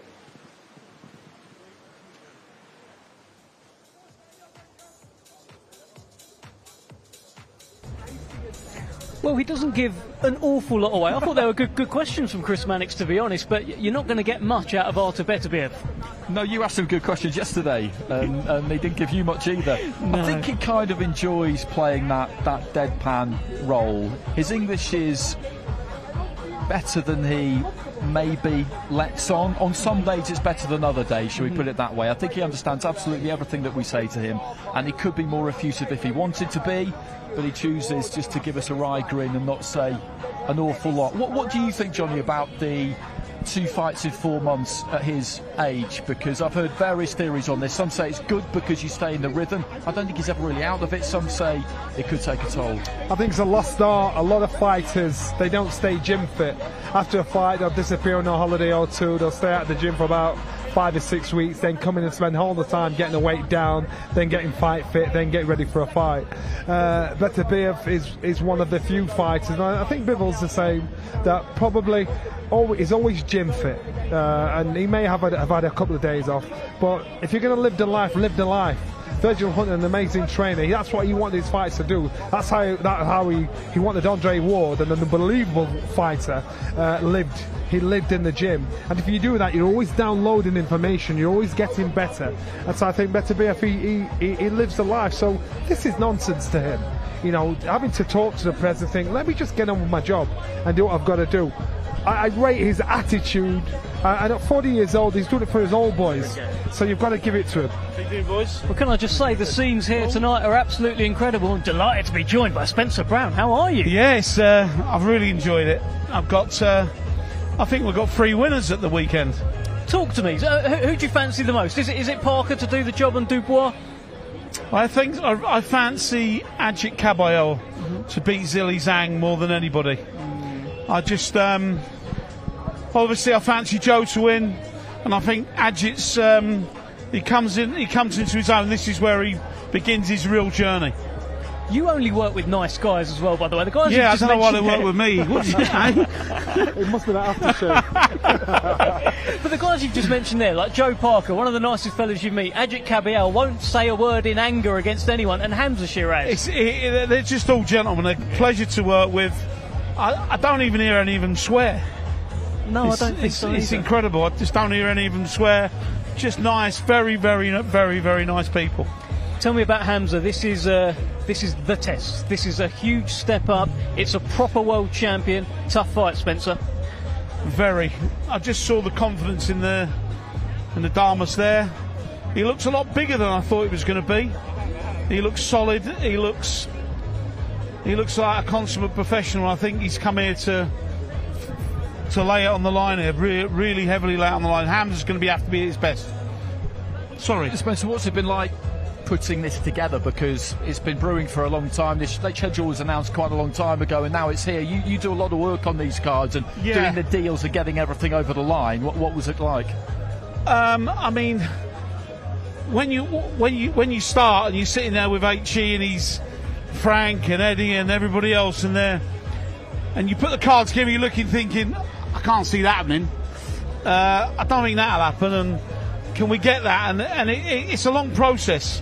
It's a long, thought-out process. What does help is having the funds to back it. That's always, and now you've got Golden Boy involved. So it's incredible, really, what goes on in a little room, and it's done over a couple of weeks. Then it drags on a bit, and it drags on a bit more, and we've come with the best card you've ever seen. I think so, anyway. I think so too, Andy. I think you went for it as well, Johnny. What do you think, John? I'm there. I'm one of the old boys. I said it's an amazing. You remember That's it. I remember the old. So that's me. But right now in this modern era, it's got to be one of the best cards. We were saying from in the UK from 4 o'clock, you've got Smith Buatsi. That'd fill anywhere out back home. You look at the bill. Any one of these could top a bill and fill a stadium. So to me, this bill is like, and there's not a ticket. second to none. I've got people asking me for tickets every 5 seconds. There's no tickets. It's a complete and utter sellout. Well, look, and rightly so. It feels like 7 main events. Want to bring your attention a bit more on the Parker Dubois Parker fight as well, because they're both. It's for me, if we're taking Tyson as retired, which I think he is, unless he changed his mind today. Well, at the moment he's retired. So if we take him as and he's retired, enjoying it, he's having a great time. Well, look, this is good to hear. If we take Tyson as retired, this is number 2 versus number 3. They're 2 form momentum. I think you could say that. Yeah, you could probably. I mean, look, we're all forgetting. There's a couple of other fighters out there a couple of machines. You know, number 1 out of those is probably Bacoli. You know, and he's a danger man. And for me, he's going to take a lot of stopping, you know. But Joe Park, what a great fight this is. It's very. I thought it was 60-40. It's now very 50-50, and Joe's so confident. I've never seen him so confident. Is that ever. What's made you think it's 50-50? Just being around him? Everybody's telling me, you know, you look at the bet. He's 4-9 on Dubois. I think he's coming a little bit with the bookies. And they don't get a lot wrong. You know, that's why they are bookies. They don't get a lot wrong. But I just seen a completely different Joe. He's really enjoying it. I just hope he doesn't get into a gunfight. That's all I hope. If he boxes him and takes him into the later rounds, and I'm just hoping Dubois runs out of ideas. How much has Dubois surprised you? Because you've been involved in all of his Riyadh season fights, and I guess, look, Parker's been picking against him every time. Were you thinking he'd win all of those? No, I backed against Dubois every time, nearly, to my detriment. I've Frank Warren's run a right few quid off me, to be honest. I'll tell the truth. And he just keeps performing, doesn't he? And he seems to be getting better as well. And the game plan last time was fantastic, wasn't it? Straight in, straight on. I don't think he'll be able to do that with Joe, and I think he shocked all of us. Shocked everybody. Any little wagers with Frank on Saturday? I'm leaving it all out now. I've lost that much money with him. It's should know, shouldn't you? Betting with a seasoned veteran like him, you know. He knows what he's doing. Yeah, he does. Listen, just while we've got you on the Tyson Fury thing, where are we? You said he's very happy at the moment. He's happy. He's content. He's got a massive work schedule this year with us. Obviously, when you're not fighting, there's a lot of things that build up, and a lot of people wanting you to do things. Johnny will tell you he's on circuits, and there's a lot he has to do. So over the last couple of years, where he's been in camp, we couldn't do anything. All of a sudden, the floodgates have opened, and he's got a lot of work on. So he looks as fit as a fly, though. I've never seen him look so good, honestly. Spencer, one thing that I thought was a shame when he announced it was because most people don't believe him, he didn't really get the fanfare he deserved, I don't think. Do you think if he stays retired that'll kind of come with time? Look, if you know Tyson's he's very off the cuff. He went for a coffee, he sat in his car for 5 minutes, and he went, that's it, that's Tyson. He didn't tell anybody. And I said before, why don't you tell us? I said, I can't believe you've not told us. He said, you'd have talked us out of it. You'd have tried to talk us out of it. What's the point? I'm retired. Look, he always has a glint in his eye and a twinkle in his eye. He does look very... I mean, Saturday, what are you doing? I'm going for a 10-mile run. Retired men don't usually go for 10-mile runs, but he does. Where are you on this one, Johnny? Because, listen, it would be a big loss to the heavyweight Johnny's division. always slagging him off. No, so Johnny's not going to slag him off. You're not going to slag him off, Johnny. I don't think that's the last we've seen of Tyson Fury. Maybe he believed it at the time when he said it. And you know what? There's not many fighters that... it's hard to walk away, especially when you love this sport. And he's always said, I'm a fighting man. And you know, today believes it. Tomorrow, I think... I just don't write off. I don't write him off. I'm not fighting again, especially with Anthony Joshua out there. You know, that's something. It's a lovely fight, isn't it? It's a great fight, and I think, and both fighters, they want to dance with each other. So today he feels like he don't want to fight again. I think he's very disconcerted about the judging. I mean, if you look at the cards, you know, I even spoke to Egas, who's his manager, and. He thought maybe he lost it. It just didn't make sense. The judging didn't make sense. I think that does play a big part in the decision, because we had the fight, then we had Christmas and New Year and all that kind of stuff. When he made the announcement, Tyson, it felt like quite a long time had passed between then and the fight, but it was 3 weeks. 3 weeks during which he's probably watched it back a few times. The people around him have said to him, look, you won that fight, and he just had enough. But as a fighter, that's a wrong reason to walk away, because you've still got a fire burning inside you. But he can change his mind, can't he? That's what I'm saying. You've still got a fire burning inside you. There's nothing wrong with it either if he does change his mind. You've got fighters at 60, 70 years old that still think they can fight even though they can't fight. So someone has to put that fire out. But when you're still young enough, fit enough and ugly enough to get it done, I just find it's there is another thing as well. He's got 7 kids. He hasn't seen him for a couple of years. But if you've got no money, it's a reason to fight. But when you've got plenty of money, you know, he's got a beautiful wife, house, family. He's got the entire package. It's not that he hasn't seen him for close on 2 years, Johnny. Yeah. You know, he sees them every now and then, but he doesn't see him on birthdays. I've been there many times. We don't see their birthdays. He picks them up at school every day. He loves his kids, and maybe he's just thought, you know what? I've lost. Is there anything else for me? I don't know. I'm just going to go and enjoy my life. But like you said, who knows? Well, listen, Spencer, we could talk about Tyson Fury all night. Listen, let's bring it back to just this main event. I haven't had your kind of pick. Firstly, who did you think won the first fight between Beterbiev and Bivol? Okay. By 2 rounds as well. Yeah, same. I thought he did enough in the first fight. I think, again, if you're watching Bivol, you'll see Bivol win. If you're watching Beterbiev, you probably see Beterbiev winning. But I was watching Bivol mainly. I watched Beterbiev. I saw him. Exactly what I mean. Yeah, so one of them. We're all watching who we favour or we like, or we're friends or whatever. But I thought Bivol won it. I thought Bivol won it by 2 rounds. Who do you fancy Saturday? Bivol again. Yeah, I think fancy Bivol again.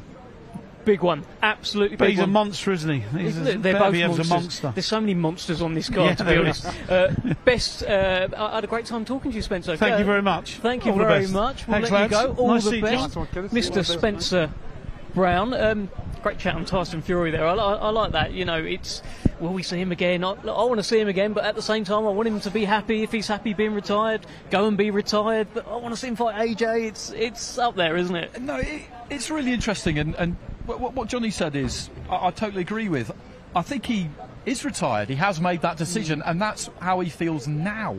But it doesn't mean he can't change his mind. And with athletes, often people like to talk in absolutes. Well, you said you're retired, so that should mean that by law you are never allowed to fight again. You can change your mind, particularly in a business like the one he's in and you were in.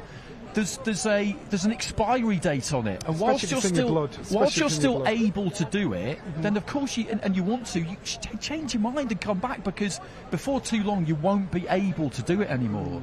That makes it different to almost everything else. You can retire from something else, and in 20 years you could go back to it if you wanted to. For athletes, it's not like that. So if he changes his mind, and I hope he does, then you don't want people kind of pointing and saying, "Oh well, we were right, you were full of and all this."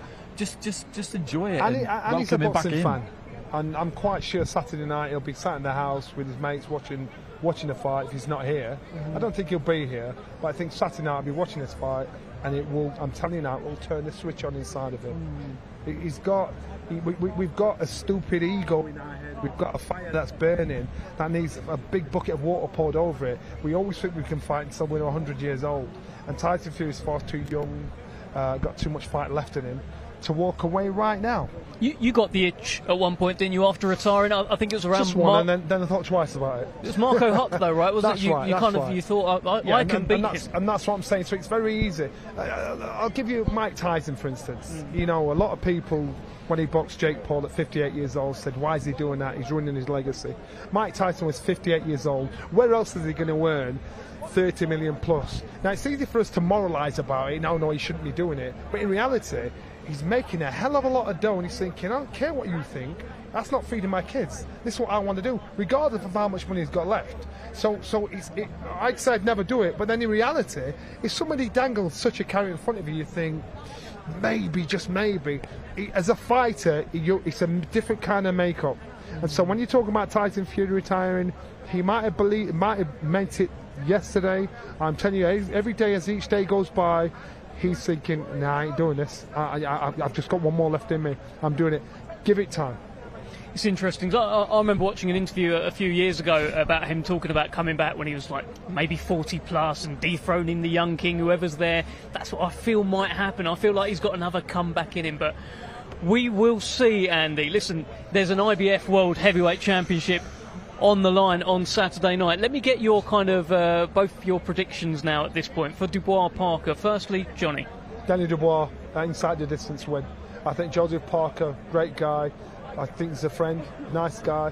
I think Daniel Dubois is just moving in the right direction, young enough, rough enough, strong enough, and powerful enough to get the win, because Joseph Parker, well, he's got someone he's got a hungry fighter in front of him. He's not fighting a 40-year-old Zhilei Zhang or a 40-year-old past it Deontay Wilder. He's fighting a young gun that's hungry, a young hungry champion, and that makes this fight even harder for him.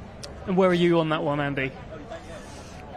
I can't give a prediction on the fight that I'm commentating on, which is convenient, isn't it? I can just I can plead the fifth and all of that. But what I will say is that I don't agree with the bookmakers' odds. Sometimes you get skewed odds in a two-horse race. I think if you're looking at a UK bookmaker, they'll favour Dubois because of the recent history and Wembley, and because he's a UK fighter. That happens.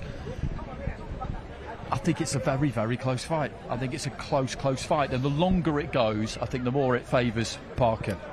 The thing with Joe Parker is he's got this habit of just diffusing power punches, and we've got a couple of heavy hitters who are going to come and join us now. Johnny, thank you very much for joining us. Peace. And we're just going to swap you out and bring in promoter Eddie Hearn and promoter Frank Warren. How are we? Very well. How are you? I'm good. You keep every time you speak now, I'm thinking about Jamie Ward's impressions. Very good, wasn't it? I know you are. I know you are. You know you've cracked it, Dev, when you got people doing impersonations of you. Have you heard about this, Frank? People have been doing impressions of me on Matchroom TV. That's how big he is now. What is going on? They're Jamie Ward, I thought you'd missed a chance to say we've been impersonating Queensberry for years. Doing your best. Listen, great to see you both. What are your thoughts? Let's firstly on Beterbiev Bivol. Frank, I think you had Bivol winning the first fight. What are you thinking heading into this one? I was just done an interview over there. I thought the first time he won it by a few rounds. I watched it back. It was close, but I still thought he won it. This time round, I think it'll be the 13th round of the last fight. That's my opinion, but I got it wrong. I picked Beterbiev to win it last time, but changed my mind on the result. I thought it was the other way around. But I think it's a tough fight. But I've got to go with Beterbiev. I think he knows what he's got to do. Obviously, Bivol does as well. He's a great fighter, but he's strong, Beterbiev, and you've got to hurt him. You've got to really slow him down. You've got to hurt him, and I don't know whether he can do that. Well, Eddie, you were enraged by the decision. I remember he's doing all of these at the camera and all sorts, but you weren't happy. You felt like your man won. I did feel he won. I mean, like Frank, I watched it back a couple of times actually. I had him winning every time. On the night, I thought it was wider. When I watched it back, he did lose 10, 11, 12, which was, not the best thing to do in a close fight. But I still have him winning by 2 rounds, one in a worst case scenario. So yes, it was close. But what annoyed me last time, Dev, was he didn't get a shake on any 3 of the scorecards, and one of the scorecards was 116, 112 Beterbiev. I could not see that myself. No. But I think what Frank says is right. It's going to be interesting. I said in the first fight, when you fight Beterbiev, it's like a ticking time bomb. It's how long you can keep him off before he gets to you. And Dmitry did that for 9 rounds. To do that for 12 rounds, it's very difficult. And I think this time, Beterbiev will try and speed that clock up. He'll try and get to Bivol quicker. And if he does, it'll be a very tough night's work for Dmitry, because his feet are fantastic. You've got to keep punching. And Beterbiev wants to throw with you. And what Bivol did as they closed the rounds, he stopped punching. His movement was still great, but every time he came out, he wouldn't throw those 3 or 4 shots, and he'd just keep getting walked down. So, very tough fight. It was interesting to hear Bivol say he wasn't 100% last time. So, if he is 100% this time, I fancy our chances. Yeah, and what's interesting too is that the way he's been talking in the build-up, he's been talking about how he feels he can lift it again. And if he can keep that pace himself a little bit higher, then on the older man, that could tell on Beterbiev, because me and Johnny were talking about gears earlier on, and as fighters get older, they can tend to lose them. Yeah. So he can take Beterbiev, I think. We keep saying that though, Andy, don't we? We never really see Beterbiev getting any older. I mean, what do you think about the fast turnaround? Some people say, it's a quick turnaround. That might suit the older fighter. Sitting out for 6 or 7 months might not. Listen, I'm hoping that one day Beterbiev will get old overnight. I doubt it'll happen on Saturday, but I do agree with you. He is getting on, but he just doesn't seem to show. I don't think it's really a case of him getting old overnight. I just feel like he will know Beterbiev that in Bivol he's run into a different calibre of animal, because he stuck with him for the 12 rounds and it was very, very close. There is a possibility that Bivol's got it in him just to raise it to that slightly higher temperature, and Beterbiev might find himself struggling to stay with it. It could happen. He's got to do that. Yeah, that's the only way he's going to beat him. Unless he stops him, that's the only way he's got to do it. Can he do it? That's the thing, can he do it? And, they know each other, they shared 12 rounds together. These two know each other inside out. They're quality fighters. And it'd be interesting to see what... Bivol's the one who's got to change what he was doing, because Beterbiev, as the fight went on, grew in the fight in those latter rounds. He's the one who's got to change what he's doing. Can he do it? Because he tailed off a bit at the end. That's what happened. And I think that is, I mean, as you say, on some of that judges scoring, forget about it. But that's why I feel, has he got the ability to do that with this guy? Because this guy is, no doubt about it, he's a special fighter. They both are, but I just think he's something he's something you don't want on you.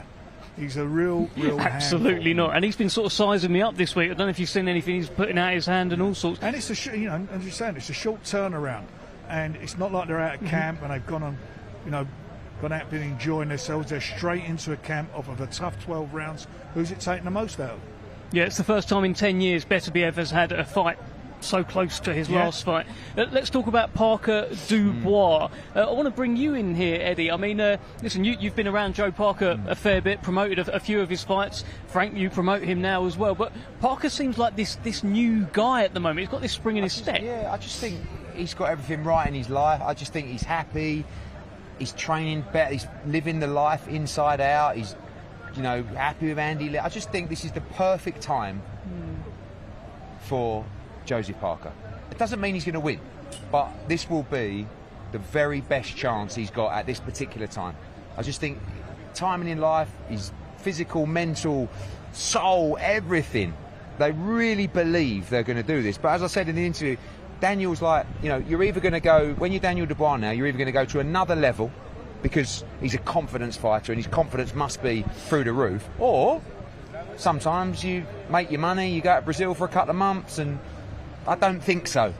And I think you've got two guys who will be at the top of their game. First half of the fight, I favour Daniel Dubois. If Joe can stay with him, if he can just chip away, I'll give him a great chance in the back half of the fight. But you have to favour Daniel because he's in unbelievable form. What are you thinking, Frank?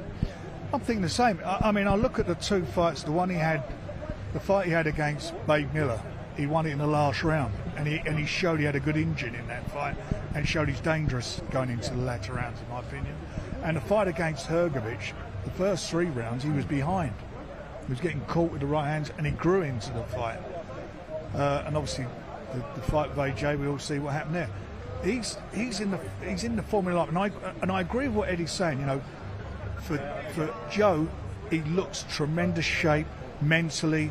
He's physically there. He's very confident, and he's a good Joe Parker, former world champion. So he's got the experience. He's sparred with all the best. He's worked with the best most of the time with Tyson.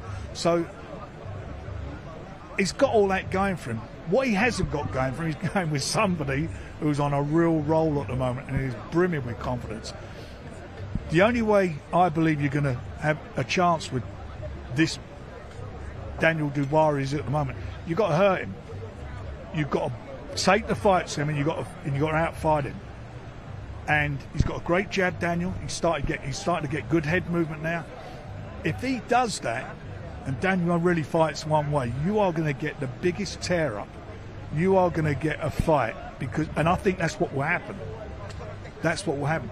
You know, Daniel, he's 27 now. I think Joe's about 33. Yeah. Correct. Yeah. So, you know, that's not old for a heavyweight, by the way, but he's 33. So you've got the younger guy in there. The guy who's got the bit between his teeth. He's the young buck. He's flying at the moment.